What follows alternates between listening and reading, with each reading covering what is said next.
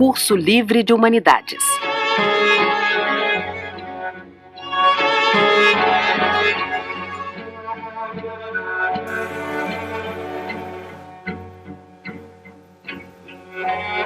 Módulo 1. Filosofia. Da Grécia Antiga, as últimas tendências da filosofia política contemporânea, o primeiro curso livre de humanidades da editora Abril agrupa 2.500 anos de história do pensamento numa série de 18 aulas. Produzido com exclusividade para um grupo de executivos e agora oferecido a você, telespectador, o curso reúne os mais brilhantes filósofos do país. Trata-se de um registro sofisticado do pensamento ocidental, apresentado por profissionais cuja especialidade é unir clareza e rigor. Aproveite!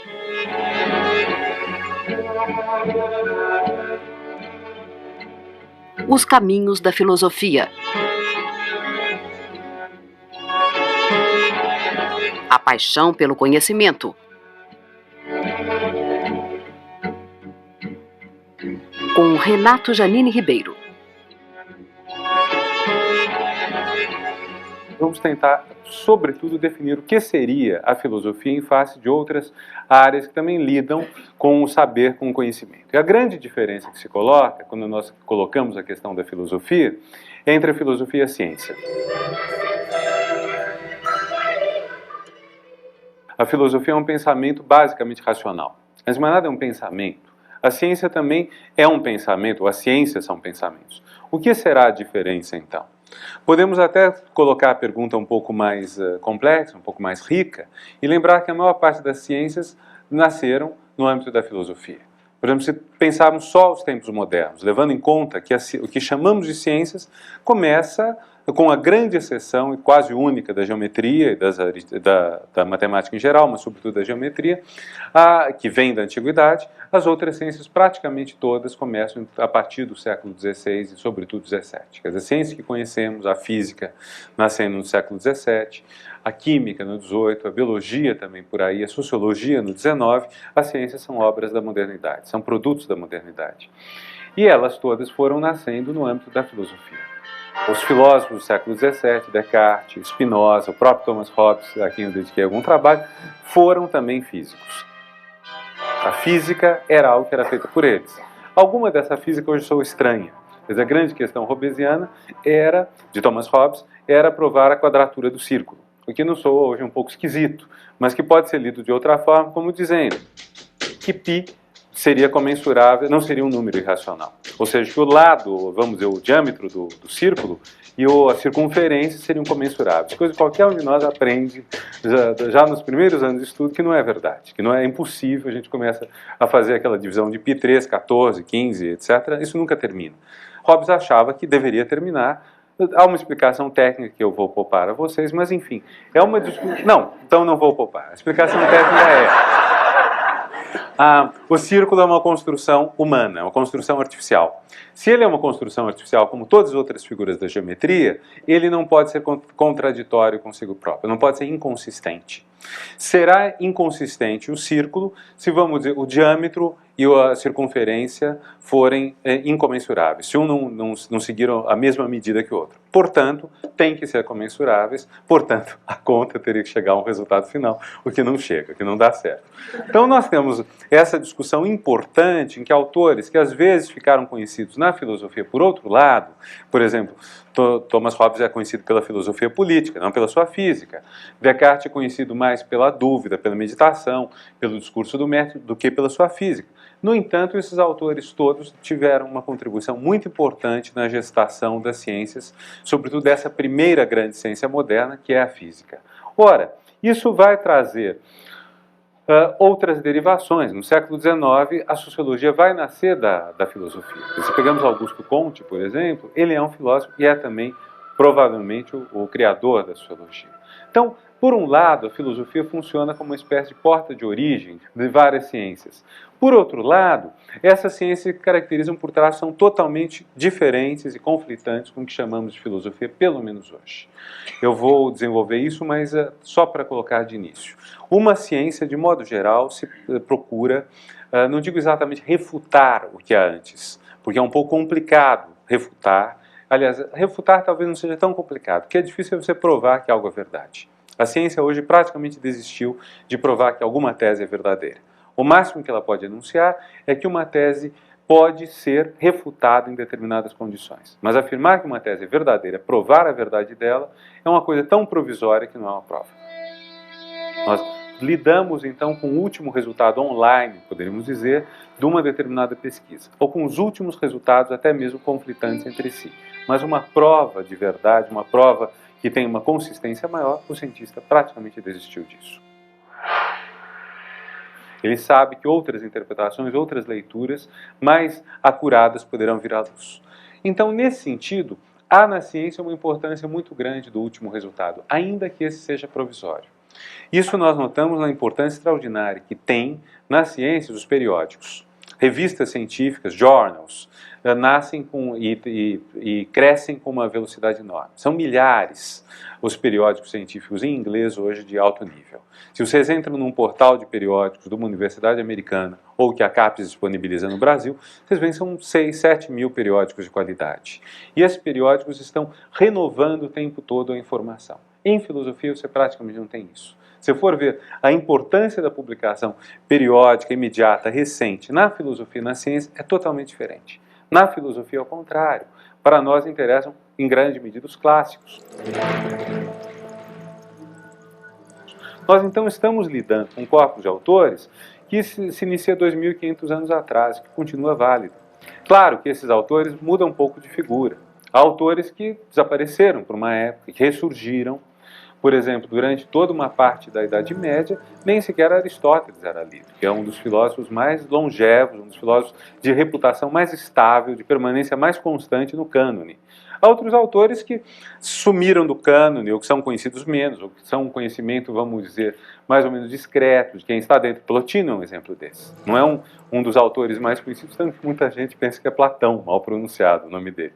Então, nós temos aí uma questão interessante, que é que, apesar dessas oscilações, esse corpus tem estado bastante estável nos últimos anos, nos últimos séculos, talvez, pelo menos nas últimas décadas.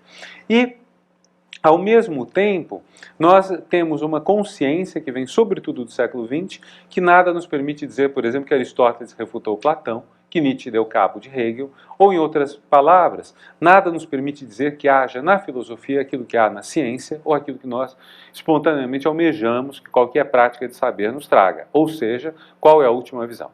Qual é a visão que vale hoje? Em filosofia isso não tem cabimento.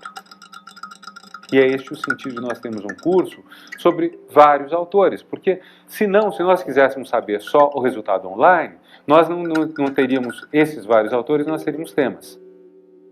Iríamos falar da ética, iríamos talvez dividir a ética em vários tópicos, a bioética, a ética de relacionamentos amorosos, a ética da amizade, dividiríamos e poderia ser muito bonito o curso. Mas, quando nós nos orientamos em função de uma sequência de autores, a ideia é, nós temos que aprender com autores mesmo antigos, não porque eles são interessantes apenas por serem antigos, mas porque eles não foram refutados. Alguém pode sair daqui platônico, ou plotiniano, ou aristotélico. Isso pode soar estranho, mas é da natureza do trabalho que estamos fazendo. Quer dizer, é algo irredutível. Talvez isso a gente possa dizer sendo a diferença entre humanidades e ciência. A filosofia tem, sim, uma série de pontos em comum com a ciência. Antes de mais nada, seus procedimentos são racionais, o mais das vezes. O mais das vezes, a filosofia opera, então, com a razão. A razão é algo que é definido de maneira diferente conforme os autores. Alguns autores, na modernidade, vão definir a razão como cálculo. E a razão vai, então, tender cada vez mais a pegar as características da conta, da soma, da subtração, da multiplicação, da divisão. Alguns consideram que essa característica da razão como conta é uma diminuição da razão, ou uma diminuição do pensamento. Perde-se com isso alguma coisa do que ele teria de forte. Heidegger, por exemplo, vai insistir que pensar, isso ele fala no livro, o que se chama pensar? Veja já o título, que é um título que lança uma certa ambiguidade, quer dizer, o que significa pensar, o que se chama pensar, não é algo que nós possamos definir de uma vez só. E a definição dele vai ser em larga medida negativa. Pensar é mais do que a razão. Pensar não é apenas raciocinar. Pensar não é apenas calcular. E, no entanto, o mais fácil para nós é uma noção de pensamento que seja cálculo, com a qual podemos lidar de uma maneira relativamente fácil, porque estamos acostumados, até no planejamento do futuro, e isso vocês que trabalham em empresas ou organizações sabem melhor do que eu, a planejar, a calcular, a utilizar indicadores, a fazer deles uso para uma avaliação, para uma prospecção, para uma projeção. Pois bem, a tese de Heidegger é: isso não esgota a ideia de pensamento. Pensar é mais do que isso. E, no entanto, a razão é um dos quadros essenciais para o pensamento e para a própria filosofia. Se nós pensarmos um pouco nessa direção que dá privilégio à razão, nós podemos dizer que a filosofia, por largo tempo, destaca um espaço de discussão. Esse espaço de discussão tem referenciais comuns que ele coloca em cena. Peguemos, por exemplo, os diálogos socráticos.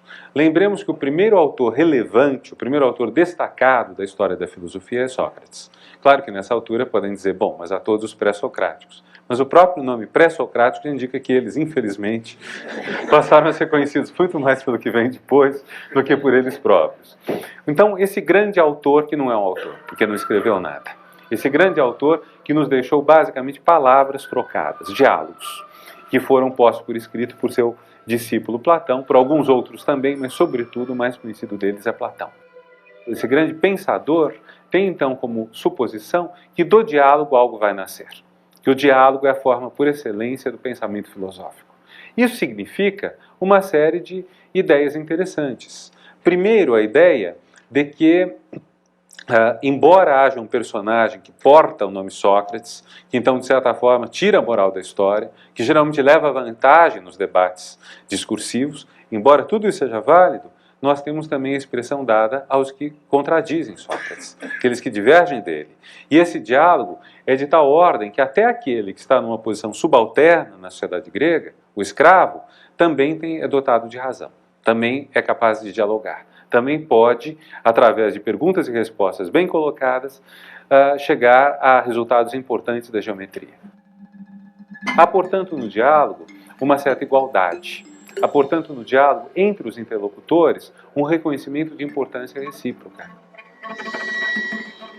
Isso é interessante porque nós esquecemos, às vezes, que quando aceitamos dialogar com alguém, quando constituímos alguém como interlocutor, estamos dando uma prova de respeito.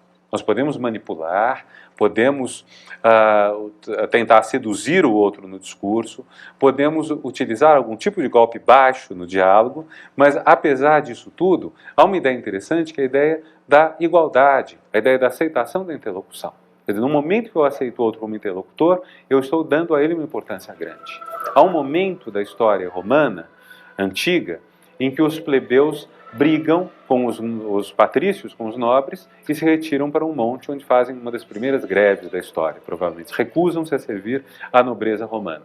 E os nobres mandam, então, um emissário lá para fazer que eles parem com a sua greve.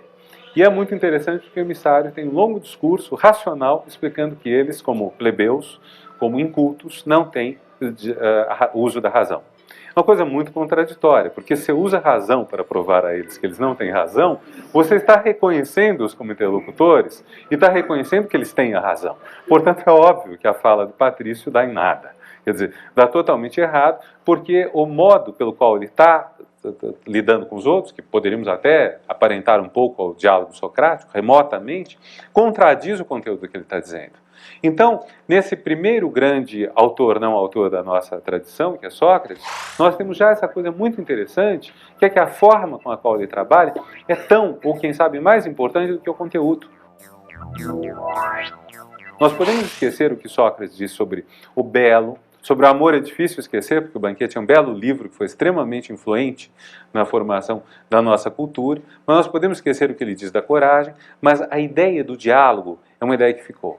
Embora ninguém tenha chegado à altura do diálogo socrático depois. Quer dizer, os autores da modernidade tentam fazer diálogo, século XVII e XVIII, são fracos.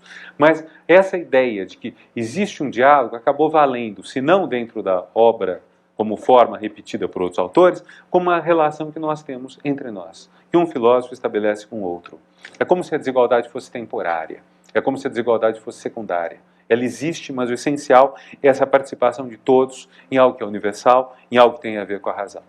Vocês veem aí que nós temos quase um nascimento que tem bastante em comum com a ciência, mas aqui também conviria fazer uma certa diferença em relação à ciência. O que é diferente da filosofia em relação à ciência? Talvez seja o fato da filosofia ser uma das humanidades. A filosofia fica numa posição, de certa forma, cavaleiro entre as ciências humanas, das quais a aproxima a razão, e as artes e a literatura, das quais nos aproxima uma série de outras características que eu vou rapidamente esboçar. Na ciência, em última análise, a história não conta tanto. A história da física não faz parte da física. A história da física faz parte da história. O mesmo vale para as artes. Por mais importante que seja o fazer atual das artes ou da literatura, ele supõe, e hoje, no mundo pós-moderno, em larga medida, a história da disciplina. Se nós não conhecemos bem a história da arte, a história da literatura, nós estaremos desvalidos, de certa forma. Isso vale para a filosofia. É nesse sentido que Aristóteles continua vivo, Platão, Maquiavel, e que nós podemos perfeitamente fazer uso deles e ter um papel importante nisso. Então não há refutação. Quer dizer, se um autor critica outro, se aos olhos da obra, do que ele está fazendo, até mesmo ele pode achar que refutou determinado autor, isso não necessariamente convence o outro, porque há pressupostos diferentes, talvez. Há pontos de partida diferentes. Quando nós vemos um autor refutando o outro, o primeiro autor pode responder, bom, mas o seu ponto de partida é diferente do meu. E, além disso, eu não concordo com as regras de derivação que você adotou. Isso ficou muito claro nos últimos 200, 300 anos. Kant já chegou, no século XVIII, à percepção de que há certas questões para as quais a solução racional não existe. Você chega a certos impasses, que ele chamou aporias. Pode afirmar uma coisa e pode afirmar o contrário. E não há forma de você reduzir isso pela razão. Mais recentemente, e isso é um ponto que eu vou tratar um pouco mais no fim, nós fomos chegando à percepção de que certas questões a gente não tem como decidir racionalmente. As questões dependem, em última análise, de um ato de vontade, de algo irracional. As escolhas na nossa vida, por exemplo. Em larga medida, por mais que a razão, que o conhecimento, que o estudo possam nos ajudar a esclarecer certas ambiguidades, há um ponto final em que as escolhas são nossas. E as escolhas de vida? Que tipo de vida eu quero ter hoje? Que tipo de vida eu quero ter na relação com os outros? Isso, em última análise, é uma escolha. E essa escolha não pode ser decretada racionalmente. Então, a ideia de que da discussão nasce a luz, a ideia de que uma razão universal, algo do gênero, nos permite chegar a um resultado final, é muito complicada, é muito difícil. E aqui há uma distinção que é importante a gente colocar um pouco em cena, que é a discussão entre o que nós chamamos a filosofia e algo que a filosofia constrói como uma espécie de espantalho, que ela denigre muito, que é o chamado senso comum. Quase todo filósofo dos últimos séculos tem, em algum momento, um ataque ao senso comum. Mas é interessante que a própria palavra senso comum tem dois sentidos diferentes, conforme a gente a pronuncia em inglês ou em francês. Common sense, em inglês, é um termo nobre. Common sense é algo que se valoriza. Se vocês forem ler a filosofia anglo-saxônica, vocês verão que o common sense é uma coisa boa.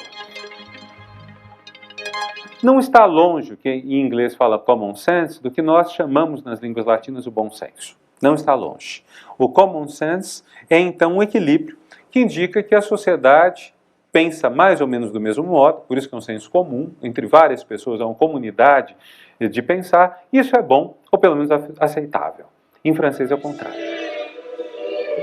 Em francês, o sens commun, o senso comum, e nas línguas latinas também, o senso comum é o lugar do erro.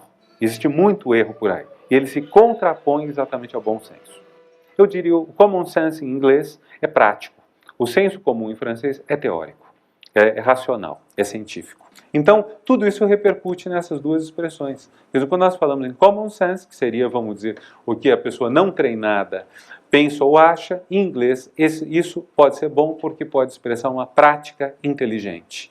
Em francês, isto será ruim porque expressa uma teoria que se ignora. Ao mesmo tempo, esse mal-entendido ou divergência é luminoso, ele é interessante. Talvez valha a pena a gente referir um episódio interessante de alguns anos atrás, Há um autor americano, é um físico chamado Alan Sokal.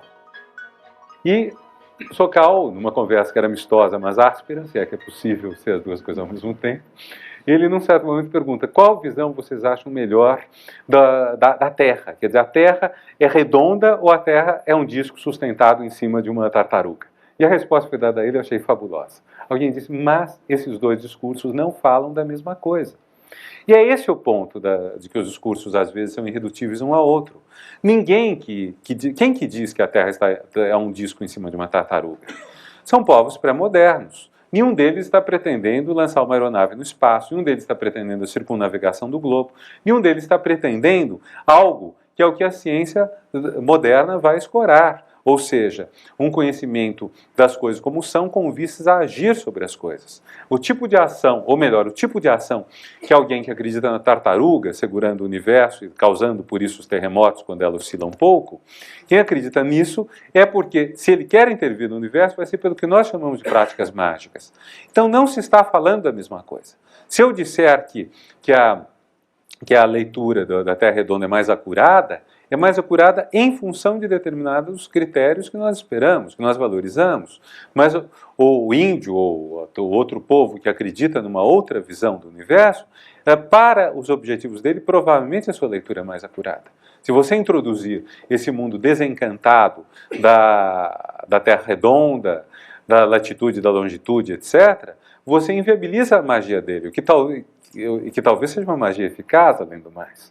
Então, quer dizer, é muito difícil nós estabelecermos qual discurso será superior ao outro.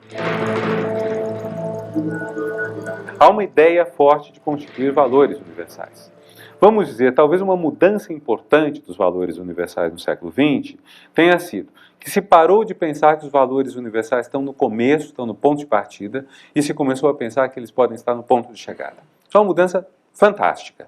Quer dizer, digamos, para muitos autores pré-século XX, talvez para Sócrates e Platão, não tenho certeza, certamente para vários pensadores do século XVII e XVIII, a razão é algo universal. Se não é dada a todos, imediatamente ela seria potencialmente dada a todos. Quer dizer, aqueles que não a têm é porque não tiveram educação adequada, ou porque são loucos, ou porque são crianças, ou porque têm alguma deficiência que os impede de chegar à razão, a condição servil, a condição feminina, a histeria. Esta visão, que eu estou assim esboçando rapidamente, acaba trazendo um resultado também, que é o do estabelecimento dos que têm razão e daqueles que não têm, daquelas culturas que talvez não façam parte da razão, ainda não fazem parte.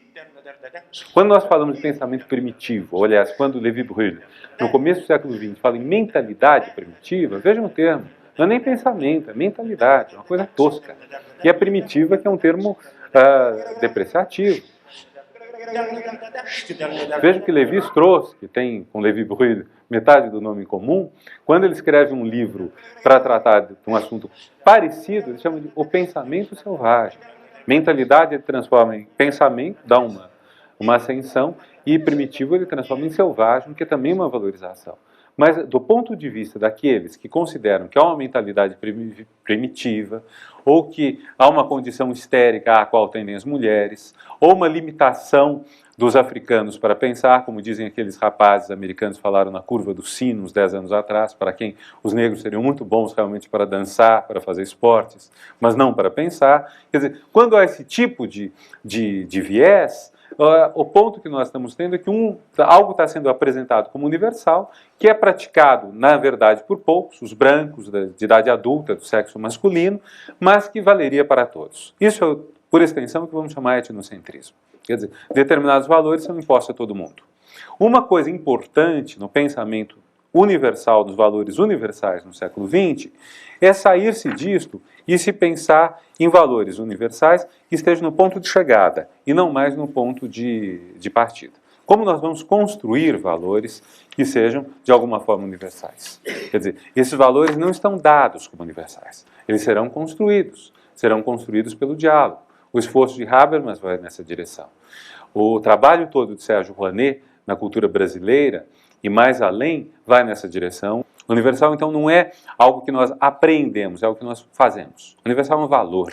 E não é à toa que essa ideia está no horizonte de uma discussão dos direitos humanos, em larga medida. Quer dizer, ou os direitos humanos serão de alguma forma universais, ou eles não serão direitos humanos. Talvez seja esse o grande ponto hoje onde se coloca a questão do universal. Não talvez tanto no conhecimento, mas sobretudo na ideia da ação.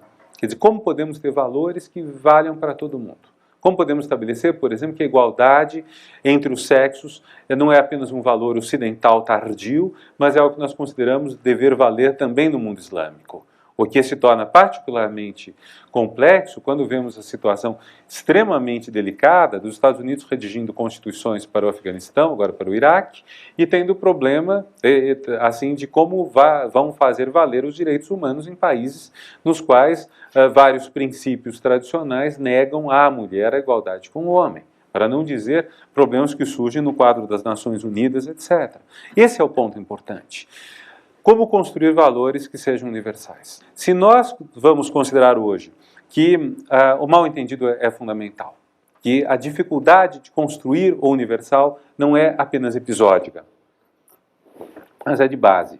Se pensarmos, por exemplo, que vários freudianos e lacanianos dizem que o mal-entendido é insuperável. Quer dizer, certamente não divergimos sobre a hora que é agora, onde estamos, etc. Mas uma vez as coisas começam a tornar-se mais essenciais, o mal-entendido fica muito grande. E no valor que atribuímos às coisas, no diálogo. Quantas relações não se partem com base em mal-entendidos, e mal-entendidos que em certos momentos são insuperáveis, mal-entendidos que não há como resolver, que não há como esclarecer, não há como dizer a verdade, uma vez que o outro não aceita isso como verdade. Não há como dizer algo quando surge essa destruição, esse corte, que talvez seja constitutivo da comunicação humana. O que significa que, por mais que nos esforcemos para trazer à luz, para nos entendermos, para comunicar, e estamos falando num ambiente que boa parte aqui lida com comunicação, um lado de ruído extremamente forte é irredutível. Um lado de ruído que faz que o que comuniquemos é difícil. Quem faz publicidade ou quem simplesmente escreve sabe disso. Sabe das coisas que chegam erradas, das coisas que são mal percebidas, das comunicações que não dão certo, ou simplesmente do erro. A construção do universal é muito positiva como valor, mas ela é impossível como algo pleno. Não dará plenamente certo. E o problema que está aí não é um problema simplesmente de teoria do conhecimento ou de teoria do ser, ou seja, do objeto que estamos conhecendo ou do nosso modo de conhecer. O problema está na ação. Quer dizer, à medida que agimos, estamos tentando construir valores universais. E à medida que agimos, nos damos conta também do descompasso que há entre o que nós dizemos, o que nós queremos e o que os outros dizem, o que os outros querem. Talvez isso esteja ligado ao enfraquecimento maciço que ocorreu ao longo do século XX dos valores que antes eram tidos por absolutos. Basicamente três: a verdade, o bem e a beleza. Em larga medida, o pensamento filosófico nos séculos anteriores ao XX se moveu na tentativa de esclarecer esses valores.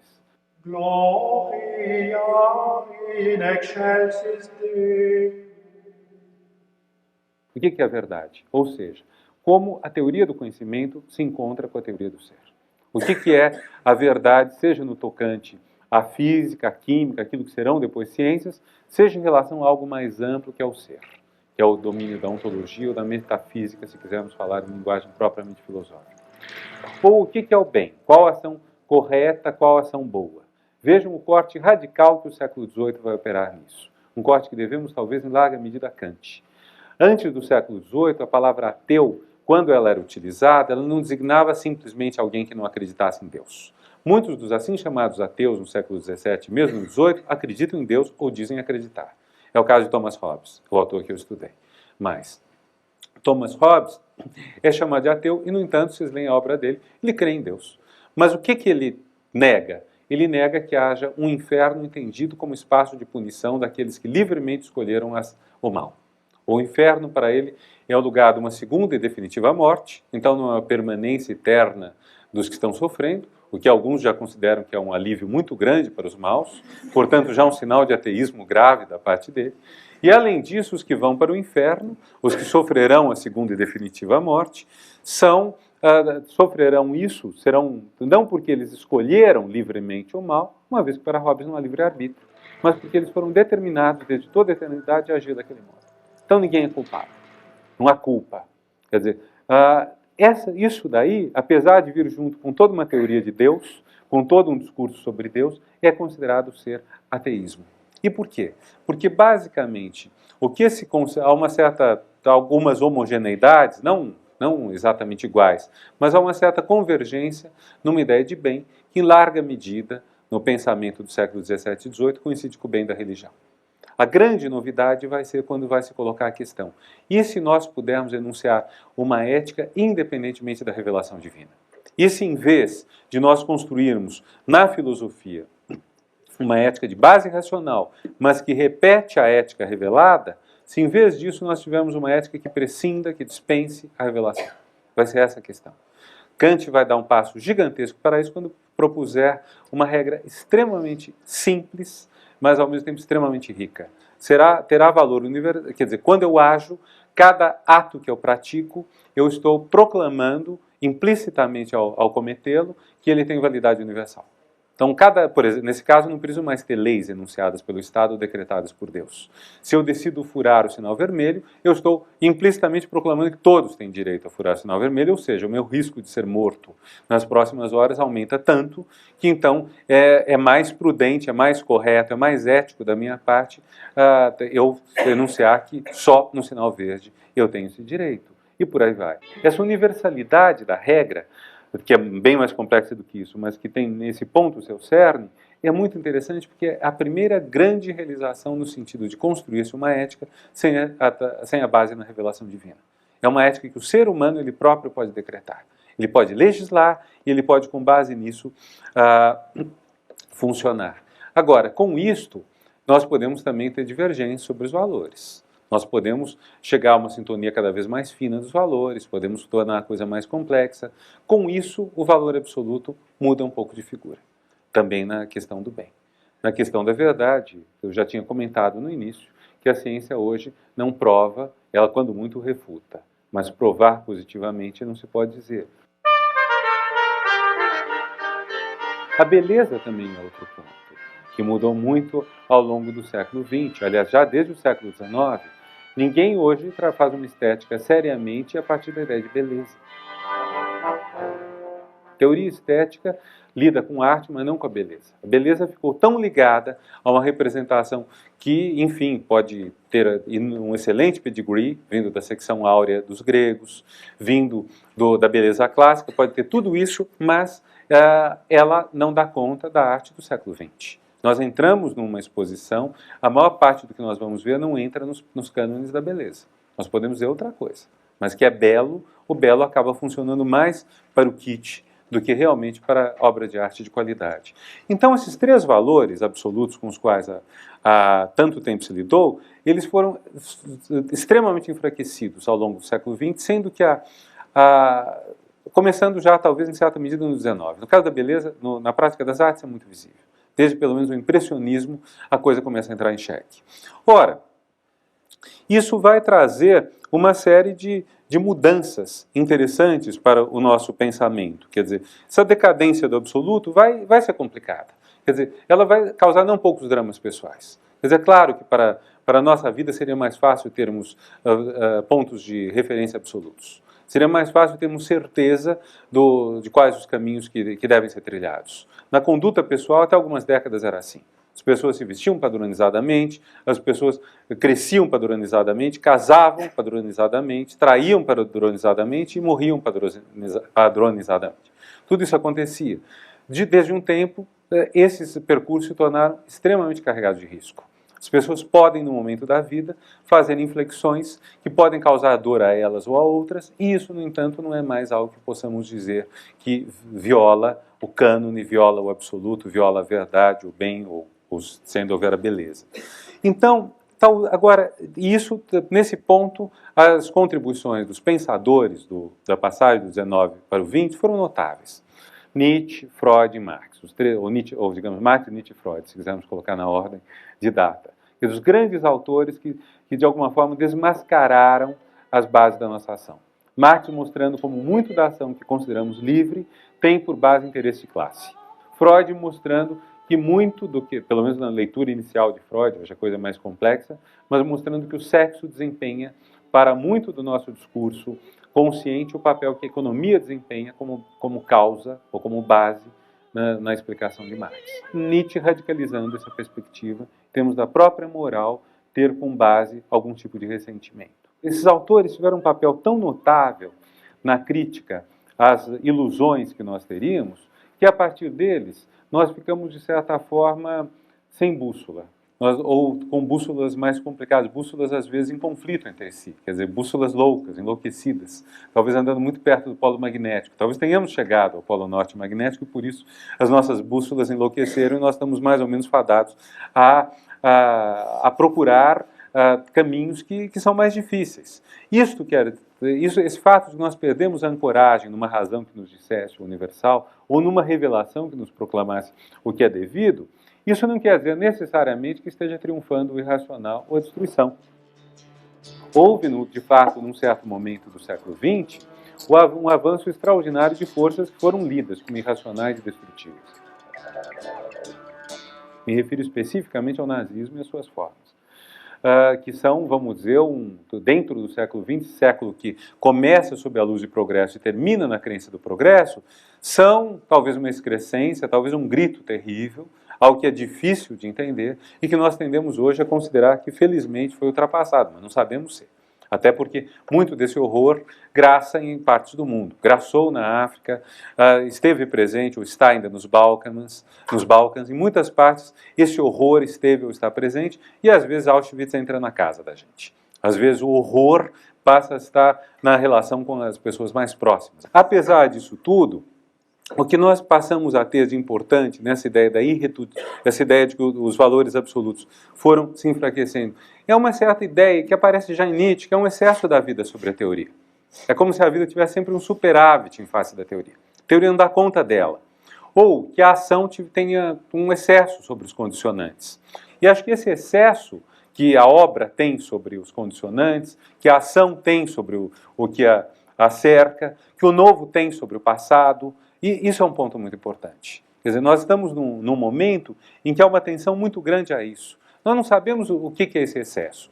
Se esse excesso é porque nós não conseguimos explicar, porque o nosso conhecimento é limitado, então, uma hipótese, tudo é causado por algo, só que nós não conseguimos entender quais são as causas. Então, um autor que escreve algo, alguém que age, existem causas. Se eu, de repente, tenho um destempero, ou qualquer um de nós tem, de preferência não aqui, quer dizer, se alguém tem uma coisa dessa, pode ser que haja causas que não estejam ao alcance de nosso conhecimento, mas que existam. Isso é uma hipótese. Mas há também a hipótese de que certas ações extrapolem, excedam as causas dela. Nós não sabemos. Mas o importante é que nós temos que estar muito atentos a essa extrapolação, que é outra forma de dizer o mal entendido. Que é outra forma de dizer que o entendimento não dá conta disso tudo. A filosofia lida com duas dimensões essenciais. Digamos, quando se fala em filosofia, se pensa de um lado o conhecimento, de outro lado a ação. Então é uma tradição distinguir. Digamos, o ser, o que é, está ligado estreitamente ao conhecimento. A teoria do conhecimento pode ter vários nomes, pode ser ciência, pode ser gnoseologia, pode abrir espaço para as teorias das ciências, epistemologias. A teoria do ser pode ser a ontologia, pode ser a metafísica, mas essa é uma certa vertente, vamos dizer, da filosofia. Outra vertente é da ação. A vertente da ação vai ter como seus lugares principais a ética, e a teoria da ação geralmente individual, e a política, que é uma teoria da ação geralmente coletiva. Durante muito tempo se pensou, nós podemos conhecer e dessa maneira ter a chave para deduzir a ação. Se nós voltamos a Marx, uma parte do pensamento de Marx é isso. Marx provavelmente acreditava nisso. O marxismo talvez vá além de Marx. Se vocês leem o 18 Brumário, de Luiz Bonaparte, em que Marx analisa a França entre 1850 e 52, digamos, o fim da Segunda República, o golpe que Napoleão III dá nela, vocês veem que é possível perceber de cada grupo social como ele age ou como ele não age, como ele deixa de agir, em função da sua origem. Vocês pegam um texto clássico de 1920, do filósofo húngaro Lukács, que é a consciência de classe, que muitos teve farto sucesso no mundo afora, vocês veem que ele dirá, as classes fortes no capitalismo são a burguesia e o proletariado. Por serem classes fortes, as classes antagônicas, elas conseguem ver o futuro. As classes fracas são a pequena burguesia e o campesinato. Elas não conseguem ver o futuro. Então, da posição delas, a gente tira a ação delas. Do conhecimento que a gente tem sobre as classes, a gente infere a ação. Essa é uma leitura que foi feita de Marx. Para Freud, se alguém lembra, ou se alguém viu o filme Freud Além da Alma, que é um filme que hoje parece um tanto caricato, mas que é bom lembrar, teve como roteirista Jean-Paul Sartre, e como diretor, se eu não estou confundindo, John Huston, quer dizer, então, primeiríssimo time. Se alguém viu ou lembra esse filme, é um Freud, vamos, das causas. Você tem o trauma, você traz o trauma à tona, resolveu. Mais uma pessoa saudável, praticamente curada. Então, o conhecimento produz um efeito da ação. Hoje, eu creio que essas leituras se tornaram difíceis de sustentar. Se a gente voltar à trilogia dos grandes pensadores, eu diria que a maior parte dos freudianos e daqueles que inovaram o pensamento marxista não compartilharia essa tese hoje. E Nietzsche, já ele, não compartilharia. Ou seja, se nós quisermos pegar os três grandes pensadores que puseram o pensamento em xeque, nós vemos que nem mesmo a partir dele, que não é mais possível validar o conhecimento como chave para a ação. Não é mais possível fazer uma grande teoria do conhecimento, das posições do conhecimento sobre nós, e dizer, nossa ação decorre disso. Nossa ação passa a ter, então, um elemento, de certa forma, obscuro. Talvez a grande questão filosófica hoje seja o agir. Seja o agir político, o agir ético, o agir inovador, o agir criador. E talvez por isso a gente possa fechar com um pensador improvável, que é Maquiavel, um pensador moral. Chamar Maquiavel de pensador moral é muito improvável, muito esquisito, porque ele aparece como um grande pensador amoral. Há uma peça que eu gosto muito, que é do Christopher Marlowe, chama-se O Judeu de Malta. É uma peça do final do século XVI, uma peça inglesa. O Judeu de Malta é um personagem que é uma encarnação do fofoqueiro, do intrigante, porque em Malta, dividida disputada entre turcos e cristãos, ele faz intrigas de um contra os outros até que os dois chegam a um acordo que é exterminá-lo. O ponto comum, vamos dizer, somos inimigos, mas esse é pior do que nós todos. Mas é interessante o prólogo, que aparentemente não tem nada a ver com isso, em que alguém vem à cena e diz: dizem que Maquiavel atravessou os Alpes e chegou aqui. Maquiavel é uma brincadeira entre o Mac, a forma escocesa que indica filho, e evil, ou mal. É como o trocadilho nosso seria Malquiavel, o Demo Júnior, uma coisa assim. Dizem que Malquiavel chegou aqui ao Brasil. Então é uma coisa muito interessante, porque vocês têm esse pensador que foi constituído ao longo dos séculos, durante quase 500 anos, durante 400 e tantos anos, como pensador do mal. E, no entanto, um dos grandes pensadores do século XX, embora não dos mais conhecidos, que é Merleau-Ponty, numa nota sobre Maquiavel, que ele escreve no seu livro Signos, diz: talvez Maquiavel seja o grande pensador moral da nossa época. Por quê? Porque Maquiavel coloca algumas questões que são decisivas para a moral. Primeira, a escolha. Você, como Maquiavel, é forçado, é obrigado a escolher sem ter que simplesmente comprar uma escolha pronta. Nós não temos mais hoje regras definidas, não sabemos mais qual o caminho exatamente a trilhar. Os códigos e as leis definem apenas códigos e leis, não definem a conduta ética. Então, o que é uma ação ética hoje? É uma ação que exige, primeiro, que nós escolhamos envolvendo nossa própria responsabilidade. Quando eu ajo, eu tenho que pensar qual o resultado da minha ação. É muito fácil dizer, por exemplo, devemos dizer a verdade sempre. Agora, e se dizer a verdade causar uma dor enorme a alguém sem nenhuma necessidade? É complicado. Agora, então pode ser que mentir seja mais válido, mas e se se nós temos uma relação na qual é importante dizer a verdade, uma relação na qual é fundamental que tudo seja dito para justamente construir uma relação de qualidade melhor, o que acontece mais nas relações mais íntimas e, sobretudo, quando queremos que elas vão para frente. Então, não existe aí mais uma regra pré-determinada. Depende muito do que está presente entre as pessoas, do que vale entre elas. Maquiavel tem esse lado que nos parece, ou que pareceu a fonte da imoralidade a ele atribuída, que é a insegurança do agir. A insegurança do quadro em torno. Maquiavel não propunha que todo mundo fizesse o que melhor lhe parecesse. Ele escreveu para o príncipe. O príncipe que não tem uma rede de proteção, o príncipe que não tem garantia do resultado dos seus atos, o príncipe pode eventualmente agir fora do cânone, fora da lei. Mas isso porque ele está salvando a sua pátria. E eventualmente manter a palavra dada pode destruí-la. Isso vale para o príncipe, diz Maquiavel. Agora, o príncipe tem um resultado que ele é altamente ético. É o resultado de que ele arca com as consequências dos atos. O interessante, eu diria, é que, de certa forma, nós estamos, como indivíduos, cada vez mais nessa posição do príncipe de Maquiavel. O nosso mundo perdeu muito dos sustentáculos de segurança nos quais ele se baseava. Quer dizer, o nosso mundo é esse, é o mundo da diversidade, de uma diversidade muitas vezes sem hierarquia, chamemos isso democracia às vezes, chamemos isso caos às vezes, fiquemos contentes com isso porque nos dá maior liberdade, fiquemos apreensivos porque isso nos deixa em chão ensaboado, isso nos pode dar maior chance de encontrar felicidade do que em épocas nas quais cada um de nós tinha já os modelos em pequeno número entre os quais escolher, ser chefe de família, ser padre, ser militar, poucos elencos, vamos dizer, para um homem, ou para a mulher também poucos, temos mais possibilidades de encontrar nosso caminho e temos um preço mais alto também a pagar, possivelmente, porque a chance de dar errado é extraordinária. Mas, de qualquer forma, acho que isso é uma ilustração do que significa a maneira como hoje a filosofia se apresenta. Este curso, se fosse dado há 50 ou 100 anos atrás, provavelmente seria um curso que mostraria o progresso da filosofia chegando ao seu último momento.